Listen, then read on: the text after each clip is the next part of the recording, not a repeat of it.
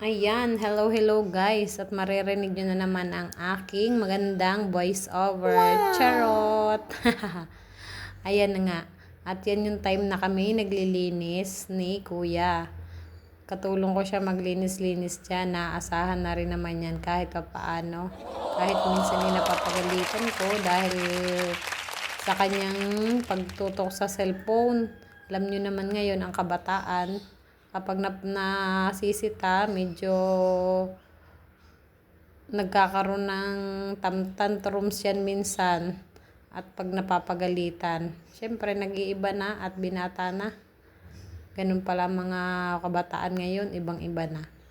Kaya ayan nga, by the way, ayan, linis-linis nga kami at naglilipat nga ako ng pwesto. Nilipat ko yung pwesto ng kama at saka yung mga lalagyan ng damit at na mag-space si Kuya.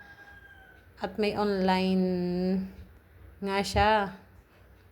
Tuwing Friday, kailangan may privacy syempre. At ayan nga, it's done. Tapos ng isang room, linisin ni Inday. At iyan din yung isang room namin na ang nag-occupy ay yung aking pamangkin na kasama dito sa bahay. At iyan nga ang aking isang balilit.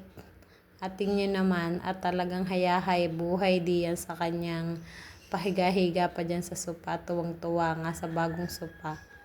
At iyan, thank you for watching. Follow for more. Please like and subscribe. Bye!